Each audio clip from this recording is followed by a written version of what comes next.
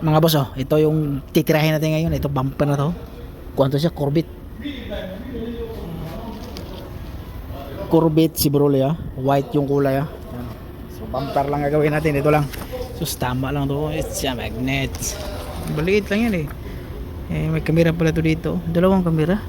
Oh, ito sensor camera. Camera to siya kabayan, hindi sensor yan. So 2024 model. Bagong modelo pala to. Yung hood nito pala ni remote sa harapan, sa kalikuran, dalawa, 2 times lang. Sa magkano bayad sa repair ng bumper? Bumper lang to ha, siya kabayan ha. 1,500. 1.5 lang bumper.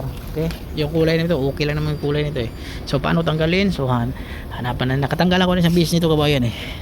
Flower lang pala to siya. So ito yung pormahan niya. Okay.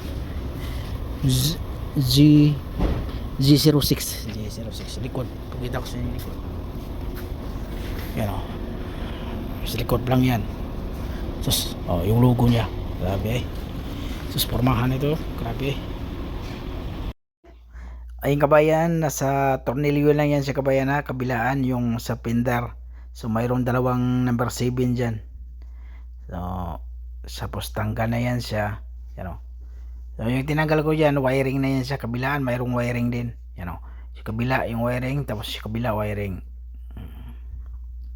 Ang mahirap dyan kabayan yung sa pangbaba. Kasi kailangan tanggalin mo yung sa mga pangbaba. Number 7 lang din naman yun. Yan. Tapos na pag-repair natin yan.